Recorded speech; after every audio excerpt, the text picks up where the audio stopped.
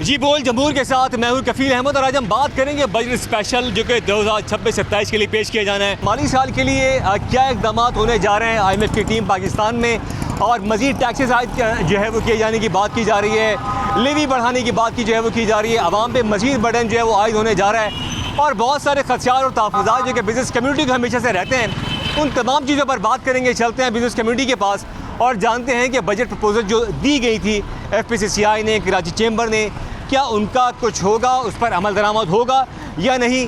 आइए चलते हैं ताजरों के पास और उनसे जानते हैं कि उनका क्या कहना। आइए चलते हैं। जी हम बात कर रहे हैं बजट 2026-27 के हवाले से, और बजट 5 जून को पेश किया जाना है। बजट में क्या चीज़ें होंगी, बिज़नेस कम्युनिटी से हम जो है वो बात कर रहे हैं इसलिए कि इस वक्त IMF का बहुत ज़्यादा प्रेशर है, टैक्सेस लगेंगे सैलरी क्लास के ऊपर, क्या ऑल ओवर के। तो इस वक्त गवर्नमेंट क्या करनी चाहिए। मेरे साथ मौजूद हैं FPCCI के चेयरमैन एडवाइजरी पॉलिसी बोर्ड मियां ज़ाहिद हुसैन साहब। मियां साहब, किस तरह देखते हैं बजट 5 जून को पेश किया जाना है, क्या क्या ख़तरात लाहक हैं बिज़नेस कम्युनिटी को इस वक्त। जी बिस्मिल्लाहिर्रहमानिर्रहीम। और बजट जब भी आता है तो लोग खौफज़दा होते हैं, परेशान होते हैं। पाकिस्तान में हमारी 18 तारीख को भी, ये 2 दिन पहले जो फाइनेंस मिनिस्टर से मुलाकात हुई है, हम गए थे उन्हें अपनी बजट प्रपोजल्स पेश करने के लिए। तो हमने उन्हें कोई 80-90 के करीब अपनी बजट प्रपोजल्स दी हैं, जिसमें कस्टम्स भी है और इनलैंड रेवेन्यू है और इनकम टैक्स है, सेल्स टैक्स है। तो हमने उन्हें अपनी प्रपोजल्स तो दी हैं, और हमारा ओवरऑल जो फोकस है FPCCI का being the business apex body, तो हमने तो उन्हें कहा कि भाई 3.6% पे आप कब तक गुजारा करेंगे, क्योंकि 2.4% तो हमारी पॉपुलेशन ग्रोथ है, तो हमें 6-7% ग्रोथ पे जाना होगा। जाएंगे तो गुर्बत दूर होगी और अनएम्प्लॉयमेंट दूर होगी, और हमें एक लोगों को रोज़गार, अच्छा रोज़गार हम दे सकेंगे, और ग्रोथ पे जाना होगा। तो और उसके लिए हमें एक्सपोर्ट पे जाना होगा, एक्सपोर्ट बढ़ानी होगी। एक्सपोर्ट जो है वो हमारी 30-31 अरब डॉलर पे स्टैगनेंट है। इसको बढ़ा के प्राइम मिनिस्टर भी यही कहते हैं कि 60 अरब डॉलर पे लेके जाना है। तो 60 अरब डॉलर पे कैसे जाएगी? उसी वक्त जाएगी जबकि आप इंटरनेशनल मार्केट में कॉम्पिटिटिव होंगे और आपकी एक्सपोर्ट्स हो रही होंगी। लेकिन अलमिया ये है हमारे यहाँ कि हमारी जो कॉस्ट ऑफ डूइंग बिज़नेस है, जिसमें बैंक मार्कअप भी है, जिसमें बिजली भी है, गैस है, तो इन चीज़ों की कीमतें बहुत ज़्यादा हैं। तो हमने उनसे फाइनेंस मिनिस्टर से यही रिक्वेस्ट की है कि इसको कॉम्पिटिटिव करें ताकि हम इंटरनेशनल मार्केट में परफॉर्म कर सकें। कंक्लूजन क्या निकल रहा है? देखिए मेरे साहब, आपको तमाम चीज़ें पता हैं। एक ज़माने से आप लोग ये डिमांड्स करते आ रहे हैं गवर्नमेंट से कि बिजली की कीमतें कम की जाएँ, ख्वाह वो पास की गवर्नमेंट हो या प्रेजेंट गवर्नमेंट हो। ठीक है, दूसरी बात है कि यहाँ जो पैदावारी लागत है वो बढ़ती ही जा रही है। एक्सपोर्ट्स के नंबर आज भी वही हैं जब लोगों ने होश संभाला था। तो इसमें ना इजाफा हो रहा है, टैक्सेस का बर्डन बहुत ज़्यादा है, IMF हमारे सर के ऊपर है, आयद कर देंगे, कैसे चलेगा मामला। बिज़नेस कम्युनिटी तो बहुत ज़्यादा तहफ़्फ़ुज़ात रखती है, क्या कहेंगे। ऑलरेडी SM तनवीर साहब से हमारी बात हुई, उन्होंने कहा कि इंडस्ट्री के ऊपर 64% जो है वो टैक्सेस आए हैं। देखें, बात यह है जो आपने कहा, पहले से भी यही बात कर रहे हैं, तो अंधा क्या चाहे, 2 आंखें चाहेगा। तो हम तो वही बात है, जब तक वो 2 आंखें नहीं मिलेंगी तो हम तो वो अपनी बात करते रहेंगे ना। अब बात यह है कि 2 नए फिनोमेनास जो हैं वो इसमें ऐड हो गए हैं। एक तो ये ईरान वार की वजह से, और एक UAE की वजह से, कि UAE में जो पाकिस्तानी काम करते हैं उससे हमारा जो इनफ्लो है, रेमिटेंस है, ये यानी गल्फ़ से हमें $19 बिलियन एनुअल रेमिटेंस आती है। तो वो पूरे गल्फ़ रीजन में जो भी इस वक्त गड़बड़ चल रही है, इंस्टेबिलिटी है, तो उसकी वजह से हमारा वो जो इनफ्लो है रेमिटेंस का, वो मुतासर हो सकता है। हमारी एक्सपोर्ट्स मुतासर हो सकती हैं, हमारे वर्कर्स जो हैं वो कुछ वापस आ सकते हैं। तो ये नए फिनोमेनास भी उसमें ऐड हो गए हैं। तो इन सारी चीज़ों का हल एक ही है, वो ये कि हम अपनी एक्सपोर्ट्स बढ़ाएं, और एक्सपोर्ट्स हमें छोटी मोटी नहीं, कम से कम $10 बिलियन की एक्सपोर्ट इमीडिएटली बढ़ाने की ज़रूरत है। कोई 3 सेक्टर आप जो है वो सजेस्ट करेंगे बजट के अंदर गवर्नमेंट को कि उस पर फोकस करे और काम करे और आगे बढ़े? जी, हमने 3 की बजाय को 10-12 तो 3 बता दें जो बहुत ज़्यादा इंपॉर्टेंट है। जी, फॉर एग्जांपल जो फर्स्ट एंड फॉरमोस्ट है वो टेक्सटाइल सेक्टर है, जिसमें हम ये समझते हैं कि हमारी ऑलरेडी उसमें एक सक्सेस स्टोरीज मौजूद हैं और उसको बेहतर किया जा सकता है। और उसके लिए हमें चाहिए कि उनके जो इस वक्त जो नया एक प्रॉब्लम उनके साथ आ गया, फिक्स टैक्स रिजीम वाला, वो हम चाहते हैं कि उसको वापस बहाल किया जाए, ताकि एटलीस्ट वो जो सेक्टर डिप में है या डिप्रेशन में है वो अपनी जगह पे सही परफॉर्म कर सके। दूसरा राइस सेक्टर है। राइस सेक्टर को ये भी 2 साल से उनकी एक्सपोर्ट परफॉर्मेंस बहुत अच्छी रही है, तो उनको मज़ीद बढ़ाया जा सकता है, उसको बेहतर किया जा सकता है। तीसरा IT सेक्टर है।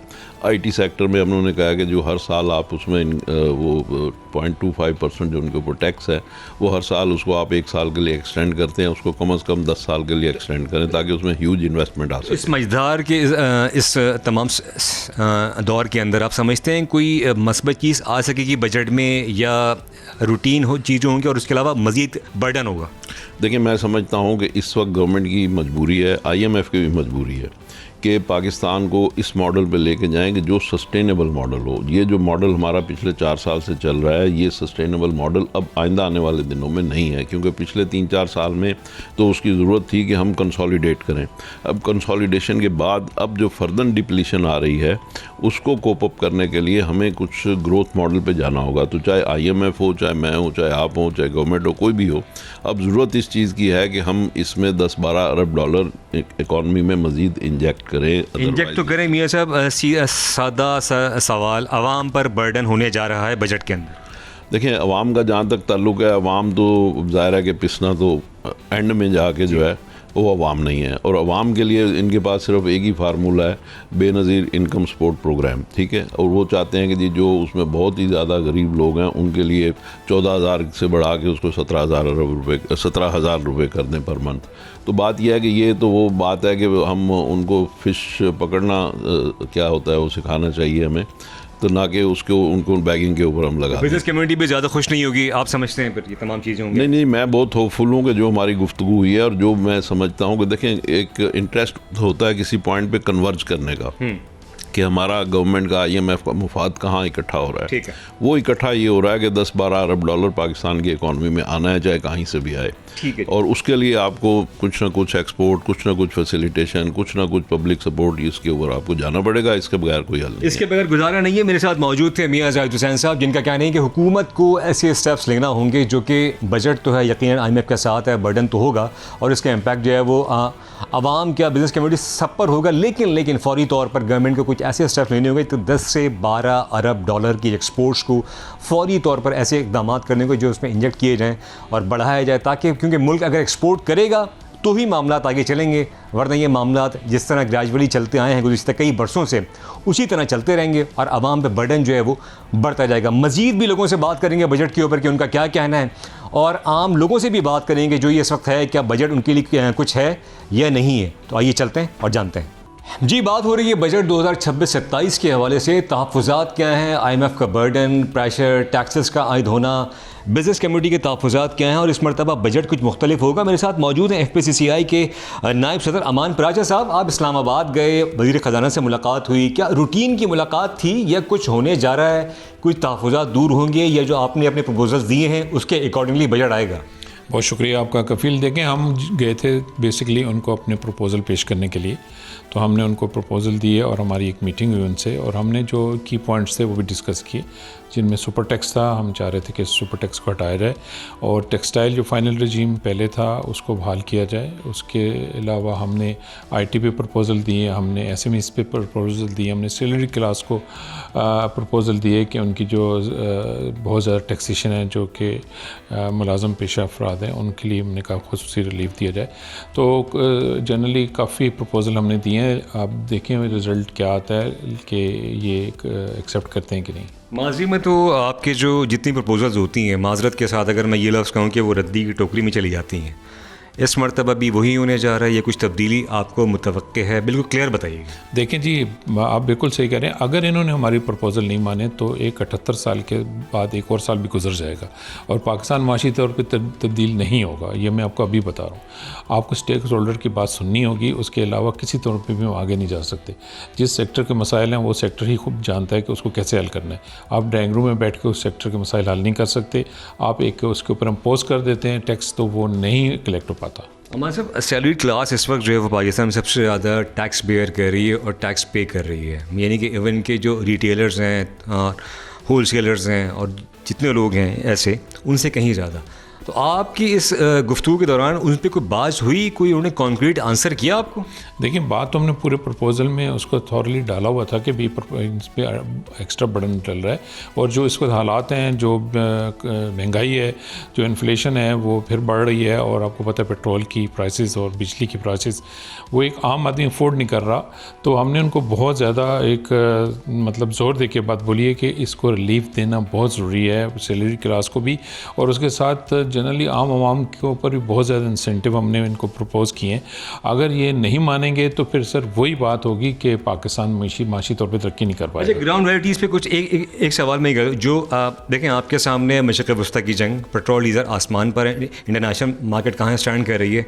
इस वक्त पाकिस्तानी अवाम पहले ही जो है वो टैक्सेस में और उसके अलावा जो पेट्रोल प्राइसेस हैं उसमें दबी हुई है। आप कुछ समझते हैं कि कोई ऐसा मस्बत या कोई ऐसा कोई बेहतर जो है वो बजट होगा आइंदा का?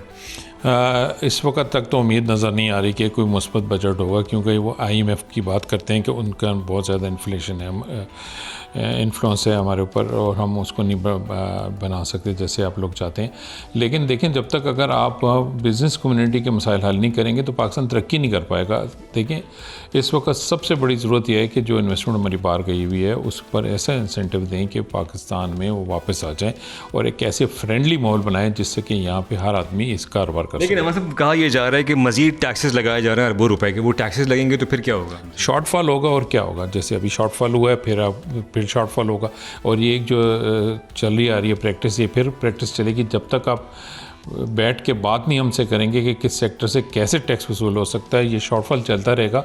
आप जितना मर्जी टैक्स लगा लें, लोग को किसी तौर पे भी टैक्स नहीं दे पा रहे। खरान साहब से ये बात हुई कि जिन सेक्टर से आप टैक्स वसूल नहीं कर रहे उन पर टैक्स इम्पोज करें। बिल्कुल, हमारी ये भी बात हुई है, लेकिन उसके ऊपर भी जो है ना हमें कोई सेटिस्फैक्ट्री जवाब नहीं मिला, क्योंकि वो इन्हीं का काम है कि टैक्स कलेक्ट करें। हमारा काम नहीं है। हमारा काम ये है कि जो टैक्स दे रहे हैं उनके ऊपर मज़ीद बर्डन न डाला जाए, उनको डू मोर का मुतालबा न किया जाए। उन्हीं को आप कहते हैं कि टैक्स दें, वो किसी तरह पे सर्वाइव। जब आपने इतनी बातें कर ली उससे इसका मतलब है आप ओवरऑल जो मेरी गुफ्तगू हुई आप मायूस दिखाई देते हैं। देखें जी, उन्होंने तो हमसे कोई ज़्यादा होपफुल नहीं है। हाँ, ज़्यादा होपफुल बिल्कुल नहीं है, क्योंकि जो ब्यूरोक्रेसी है ना वो किसी सूरत में भी हमारी तजवीज़ आगे नहीं जाने देती और वो हमारी तजवीज़ को ये कहते हैं कि यार इनकी ये एप्लीकेबल नहीं है, आप इसको ना शामिल करें। ठीक है जी, मेरे साथ मौजूद थे अमान पराचा साहब, जिनका कहना ये है कि ब्यूरोक्रेसी जो है वो तजावीज़ को आगे नहीं जाने देती। तो इससे आप अंदाज़ा कर सकते हैं कि आया कि बजट क्या होगा। बजट इनके अकॉर्डिंगली ये कोई बहुत ज़्यादा कोई होपफुल नहीं है और उनका यही कहना है कि टैक्सेस का बर्डन होगा और सैलरीड क्लास पर क्या ओवरऑल क्या, तो इस वक्त यकीनन मुश्किलात में इजाफा ही होगा। और जिस तरह ये बिज़नेस कम्युनिटी कहती आई है कि बिजली के टैरिफ हों या अगर गैस के प्राइसेस हों, वो पाकिस्तान में जो है वो इस काबिल नहीं है जो कि ख़ित्ते के दीगर ममालिक की तरह। तो यकीनन मुश्किलात मज़ीद होंगी। अब देखने कि 5 जून को क्या बजट पेश होगा, लेकिन इस वक्त हम मज़ीद लोगों के पास जाएंगे और उनसे बात करें कि आया इस वक्त का जो आइंदे का जो बजट है उस पर क्या तहफ़्फ़ुज़ात हैं या क्या कहना चाहते हैं। जी, हम बात कर रहे हैं बजट 2026-27 पे और बजट में टैक्सेस का अंदिया है और यकीनन IMF के तहत पूरा बजट बनाया जा रहा है। मेरे साथ मौजूद है ताजिर रहनुमा शर्जील गोपलानी। शर्जील साहब, IMF मौजूद है, बजट तैयार कर रहा है, क्या खदशात हैं, क्या लग रहा है, क्या होने जा रहा है? देखिए, खदशात तो ये है कि IMF ने तो जो है वो उनको टारगेट बढ़ाना ही है और टास्क देना है FBR को और हमारी गवर्नमेंट को। लेकिन मसला ये है कि जो इस वक्त रीजन की कंडीशन है, इस वक्त तो आपको टैक्सेस कम करके जो आपके दुबई के इन्वेस्टर्स हैं या जो मिडिल ईस्ट के इन्वेस्टर्स हैं उनको अपनी तरफ राग़िब करने की कोशिश करनी चाहिए थी, जिसके लिए हमने जो तजावीज़ दी है उसमें एक तो वैल्यू एडिशनल जो टैक्स है आपका 4% 3% जो है उसको कम करने की हमने बात की है और हमने तजवीज़ दी है, जिसको कि लास्ट टाइम हुमायूं हैदर साहब जो आए हुए थे adviser to the prime minister, और उन्होंने इस बात को माना। साथ में ब्यूरोक्रेसी जिनके साथ बैठी थी FBR में, उन्होंने भी ये बात मानी कि 70 करोड़ रुपये आपको जो है इनडायरेक्ट टैक्स जो है जनरेट हो रहा है, जो आप जो है वैल्यू एडिशनल टैक्स कर रहे हैं। तो उन्होंने ये बात को माना कि हमें इसको ख़त्म करना होगा। 14,000 के आपकी जो नफरी है FBR में 17,000 की, वो सिर्फ और सिर्फ ये इनडायरेक्ट टैक्स वसूल करने के लिए बैठी हुई है और जो कि सिर्फ 70 करोड़ का फिगर है, जिससे तनख्वाहें इनकी ज़्यादा हैं। दूसरी बात, हमने एक और एडवाइस किया हुआ है और हम हर दफ़ा कर चुके हैं, लास्ट ईयर भी हमने ये बात की थी, हम 5 साल से ये बात कह रहे हैं कि आप सेल टैक्स को सिंगल डिजिट पे लेकर आएँ। अगर आप सेल टैक्स को सिंगल डिजिट पे लाएंगे तो आपकी इकनॉमी बूस्ट करेगी। अदरवाइज़ जो है जितना आप टैक्स बढ़ाते जाएंगे वो इकनॉमी बैठती जाएगी। और आपके सामने इस वक्त आप कंडीशन देख लें कि आपकी GDP दिन ब दिन वो कम हो रही है प्लस होने की जगह। अगर आप टैक्सेस का रेट देखें, 2003 में आपका टैक्सेस का रेट कम था तो आपकी GDP 7.5-7.6% पे खरीदी। आज हुकूमत तो बोल रही है 3.5% पे GDP है, लेकिन बट GDP हमारे नज़दीक 1.5% से ऊपर इस वक्त नहीं है। आपकी 1.5% से ऊपर नहीं GDP। बकौल आपके 430 अरब रुपये के नए टैक्सेस की बात हो रही है और इन्फ्लेशन है, मशरक़ वस्ती की जंग है, पेट्रोल डीजल आपके सामने, हालात को बहुत ज़्यादा खौफनाक दिखाई दे रहा है। देखें, जो ये 430 अरब बढ़ाने की बात हो रही है, ये बढ़ा तो नहीं पाएंगे, ना ये टारगेट पूरा होगा। हाँ, ये बात ज़रूर हुई है कि फ़िक्स टैक्स की हुकूमत जो है स्कीम ला रही है, जो कि छोटे ताजरों पे जो लोग टैक्स पेयर नहीं हैं उनको लाने जा रही है, जिसका 25,000 रुपये के सालाना पे बात हुई है। और उस पर तमाम फरीक़ैन ने जो है वो गवर्नमेंट को कॉन्फिडेंस दिया है कि अगर आप 25,000 रुपये लगा देते हैं फ़िक्स, तो वो उनको जो है कलेक्शन हो जाएगी। डीलर्स एग्री हैं जो टैक्स की बात की जा रही है लगाने पर? आप समझते हैं कि आप इस पर जो है वो इस फैसले को दुरुस्त समझेंगे? देखिए, मेरा तो इतना ज़्यादा इन्वॉल्वमेंट इसमें नहीं है, लेकिन काशिफ चौधरी हो गए, आपके अजमल बलोच हो गए, नईम मीर हो गए, इन लोगों ने इस पर एग्री किया है और ख़ासतौर पर पंजाब ने इसको एग्री किया और साथ साथ कराची की तमाम ताजिर तंजीमों ने एग्री किया है कि 25,000 रुपये जो है सालाना टैक्स देने में वो तो ज़्यादा होप है, आपको उम्मीद है इस बजट से जो आने वाला है? कफील उम्मीद तो दफ़ा बहुत थी हमें कि हुकूमत जो है वो सीरियस होगी और जो हम मिडिल ईस्ट के जो इन्वेस्टर्स हैं और बिज़नेस हैं वो हम अपनी तरफ राग़िब करने में कामयाब हो जाएंगे। लेकिन इस वक्त जो हुकूमत की जो बॉडी लैंग्वेज ऐसी नज़र नहीं आ रही कि हुकूमत ये कर पाएगी। ठीक है जी, ये मेरे साथ मौजूद है शर्जील गोबलानी। उनका कहना है कोई बहुत ज़्यादा होप नहीं है बजट से और यकीनन IMF मौजूद है, टैक्सेस की बात हो रही है, तो एक और बर्डन जो है आवाम पे पड़ने जा रहा है। अब देखने की मज़ीद चीज़ें क्या होंगी और कुछ लोगों से बात करते हैं मार्केट्स के अंदर, उनका क्या कहना है बजट के हवाले से। आइए, क्या कहना चाहेंगे? बजट 5 जून को है, कोई तवक्कुआत, कोई उम्मीदें आवाम के लिए कुछ होगा बजट में? नहीं, बिल्कुल नहीं होगा। आवाम को तो ना सिर्फ है ना तबाही और है ना महंगाई के अलावा कुछ नहीं मिलेगा। यही चीज़ होगी। आवाम हमेशा है ना पिसती आई और पिसती रहेगी, कि जो आवाम अपने लिए नहीं बोलती ना वो हमेशा पिसती है। अच्छा, तो ये बोलते नहीं इसलिए पिसते रहेंगे? हाँ, ये आवाम पिसती रहेगी क्योंकि ये आवाज़ ही नहीं उठाती है आवाम, और वो जालिम बन के वो बजट डालते रहते हैं हमारे पे महंगाई का। हुकूमत ने इतनी तंग कर दी है ना ज़िंदगी शहरियों की कि हद से ज़्यादा गैस ले लें, बिजली ले लें, कुछ भी ले लें, इस तरह से परेशान किया हुआ है कि हद से ज़्यादा कि और बिल बाकायदगी से आते हैं सबके। गैस नहीं होती, बिजली नहीं होती, कुछ नहीं होता। कितनी तंग कर दी है हुकूमत ने ज़िंदगी के हद से ज़्यादा। ये जो बजट पेश किया जाएगा 5 तारीख को, कोई तवक्कुआत है कुछ आवाम के लिए होगा, आसानी, सस्ताई कुछ? मुझे तो नहीं लगता है कि और मज़ीद मुश्किलात में ही पड़ते जा रहे हैं। अच्छा, हाँ, मुझे तो नहीं लगता कुछ आसानी के आसार कुछ भी नहीं लगते। नहीं सब भाई, महंगाई बहुत है, इसमें गरीब आदमी पिसा जा रहा है इसके अंदर। भी हम लोग हैं तकरीबन 2,000 रुपये कमाते हैं, अखराज बहुत है हमारे, इसकी ज़रूरत है। तो बजट में कुछ होगा आपके लिए? नहीं होगा, कोई तवक्का नहीं अच्छे की? नहीं अच्छे की है इसमें, ये इतना बजट नहीं करते, बहुत कम करते हैं, मतलब सब फ़र्क नहीं है इसके अंदर। तो ये जब बजट पेश किया जाएगा 5 जून को, कोई तवक्कुआत अच्छे ये तो की? कागजी कार्रवाई होगी, ये तो कागजी कार्रवाई होगी। वो तो जो करना है उन्होंने कर लिया, मुआहदा हुआ, सारी 2 शराइत उनकी मान ली IMF की। अभी बिजली और गैस के ऊपर साल में 2 मरतबा दाम बढ़ेंगे, कल की खबर है ये। अच्छा जी, मीडिया पे, अखबार, प्रिंट मीडिया में कि जब 2 दफ़ा बढ़ेंगे, अब कितने बढ़ेंगे ये नहीं पता। और पेट्रोल पे लीवी जो वो 100 रुपये हो जाएगी। कितनी हो जाएगी? ज़्यादा हो जाएगी, 100 रुपीज़। तो उसके लिए तो कुछ भी नहीं है, हम कुछ कर सकते। आपके लिए, मेरे लिए कुछ नहीं है ना, किसी के लिए नहीं, बड़े लोगों के लिए जो कुछ भी है बस। आइंदा बजट के हवाले से सनतकारों को कोई खातिर तवक्कुआत नहीं है। उनका कहना ये है कि मौजूदा सूरत हाल के अंदर अगर टैक्सेस मज़ीद लगाए जाते हैं तो उसका बर्डन आवाम और बिज़नेस कम्यूनिटी के ऊपर आएगा। तो लिहाजा इस तमाम सूरत हाल के अंदर कोई ऐसा बजट पेश किया जाए जो आवाम के लिए काबिल कबूल हो।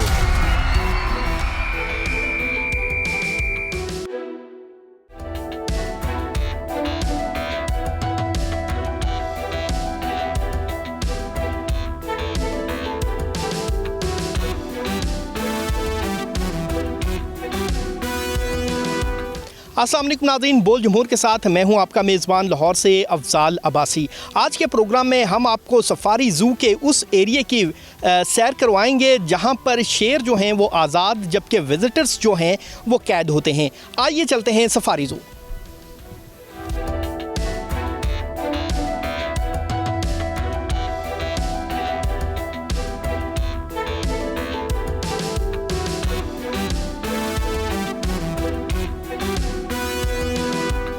हम रवां दवा हैं सफारी ज़ू में उस एरिया की जानिब जहाँ पर जो हैं जिसे लाइन ज़ू कहा जाता है, वो शेरों का एरिया है। 10 एकड़ पर मुहित जो है ये इलाका है जहाँ पर जो हैं वो शेर आज़ाद और विज़िटर्स जो हैं वो कैद होते हैं। एक पिंजरानुमा गाड़ी में जो है वो विज़िटर्स को उस एरिया में ले जाया जाता है जहाँ पर वो अपनी मर्ज़ी से जो हैं एहतियाती तदाबीर इख्तियार करते हुए जो विज़िटर्स हैं वो गोश्त डालते हैं शेरों को, शेरनियों को, और महजूज़ होते हैं। करीब से जो हैं वो शेर को देखा जाता है, विज़िटर्स देखते हैं, महजूज़ होते हैं, लेकिन इस सारे मामले में जो है वो एहतियाती तदाबीर इख्तियार की जाती हैं।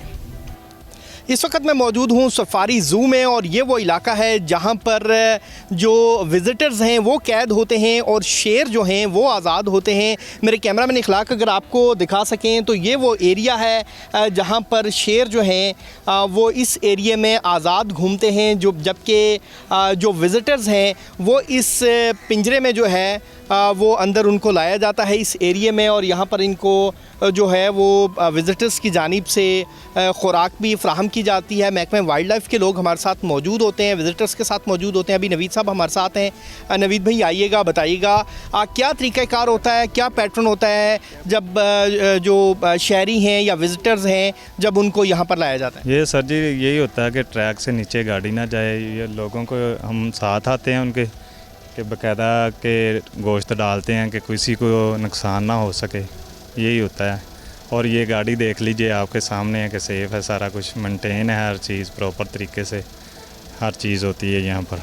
ठीक है, तो दिन में कितनी बार आप यहाँ पर शेरों को जो है वो गोश्त वगैरह डालते हैं और उससे कितनी बड़ी तादाद में? काफ़ी तादाद में लोग आते हैं। गर्मी की वजह से थोड़ा सा रश कम हो जाता है, सर्दी में यहाँ पर काफ़ी रश होता है आम दिनों में। हाँ जी। तो इसके साथ साथ ये भी बताएं कि इसका कोई स्पेशल टिकट भी है इस एरिए का? हाँ जी, इसकी जो गोश्त डालते हैं ना, इसकी टिकट स्पेशल होती है। वो लोग क्या फ़ीस है? वो 2000 रुपये होती है उसकी टिकट।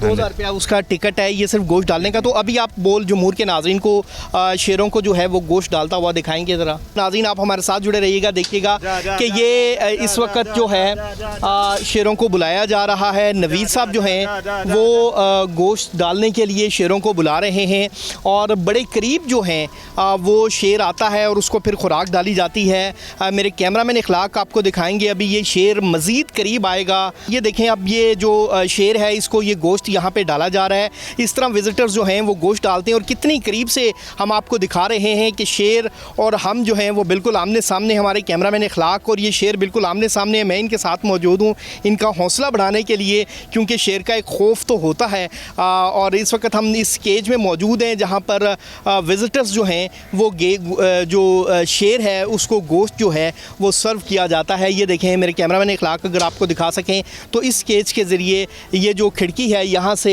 गोश्त जो है विज़िटर्स वो यहाँ पर रखते हैं और शेर या शेरनी वो आकर गोश्त ले लेता है।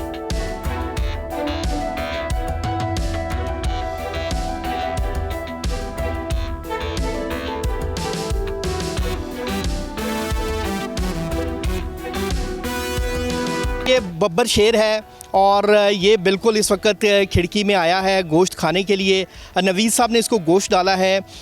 हम भी जो है आपको दिखा रहे हैं। ये नाजरीन ये देखें कि एक बार फिर जो है वो बब्बर शेर को जो है इसका नाम जो है बादल जो है वो रखा गया है और बादल ने जो है वो यहाँ से गोश्त उठा लिया है। बिल्कुल हमारे और बादल के दरमियान जो है वो 1 फुट से कम फासला है और गोश्त जो है वो यहाँ पर इसको सर्व किया गया है। हमारे नाजरीन ये आपको बोल जमहूर के नाजरीन को हम दिखा रहे हैं कि इस ट्रैक पर जो है बड़ा खौफनाक है ये काम कि आप बिल्कुल आमने सामने होते हैं शेर के और सिर्फ ये केज जो है ये हाइल होता है शेर और आपके दरमियान नहीं। तो अगर कोई इस जो प्रिकॉशंस हैं, जो एहतियाती तदाबीर हैं इस ट्रैक की, अगर आप उसको फॉलो नहीं करेंगे तो आपके लिए जानलेवा साबित हो सकता है। इसलिए जो वाइल्ड लाइफ के एहलकार हैं वो आपके साथ इस केज में मौजूद होते हैं जो कि नाजरीन को, जो हमारे नाजरीन हैं उनको भी गाइड करें। इसके साथ साथ जो विज़िटर्स हैं उनको गाइड किया जाता है कि कैसे इस ट्रैक से आपने गाड़ी को नीचे नहीं उतरने देना। और जो शेर होते हैं, शेरनियाँ हैं, वो इस इलाके में मौजूद हैं। 10 एकड़ का ये इलाका है जहाँ पर जगह जगह पर आपको शेर और शेरनियाँ जो हैं वो मिलेंगे। इनके ग्रुप्स होते हैं, उनको ग्रुप्स में डिवाइड जो है वो किया होता है।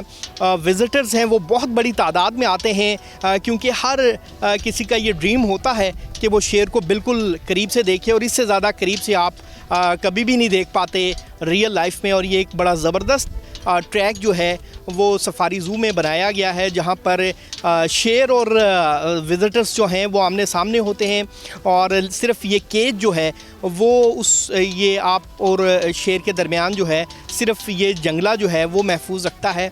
और जो सयाह हैं वो बहुत ज़्यादा महजूज़ होते हैं, वो अपने हाथों से जो हैं वो गोश्त डालते हैं। नवीद भाई से कुछ जानते हैं। नवीद भाई, आप कैसे इस प्रोफेशन में आए, और बड़ा एक दिल गुर्दे का काम है काम करना। हाँ जी सर जी, ये सर जी शुरू से ही शौक़ है मुझे इनको शेरों के साथ रहने का मतलब इनकी हिफाजत का, और इनके सारे काम करते हैं, इधर रहते हैं। अच्छा, तो क्या रूटीन होती है? इनको कितने टाइम में, इनको कितनी देर बाद इनको फीड किया जाता है, गोश्त वगैरह दिया जाता है? सर जी दिन में ना इनको एक बार फीड दी जाती है, वो होती है 10 kg होता है इनका, 9 kg होता है बीफ, और 1 kg चिकन होता है सर। ये 1 पर्सन की है, एक दिन की। ठीक है, एक शेर की खुराक 10 किलो गोश्त है। हाँ जी सर जी।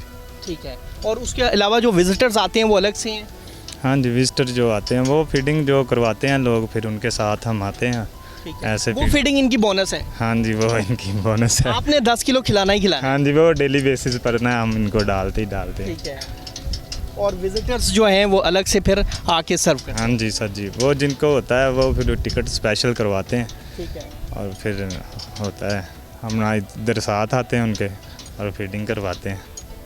जी बिल्कुल, नवीद साहब जो कि यहाँ पर केयर टेकर हैं, गार्डियन हैं इन शेरों के, उनका कहना है कि जो 10 किलो गोश्त है वो एक शेर या शेरनी को यहाँ पर सर्व किया जाता है एक टाइम में। और उसके अलावा जो विज़िटर्स हैं जिनका टिकट इस एरिए में जो है वो 2000 रुपये है फ़ी पर्सन, वो अलग से जो है वो गोश्त शेरों और शेरनियों को यहाँ पर सर्व किया जाता है। आज का बोल जमहूर आपको कैसा लगा, हमें फ़ीडबैक ज़रूर दीजिएगा। हमें अगले हफ्ते तक के लिए इजाज़त दीजिए।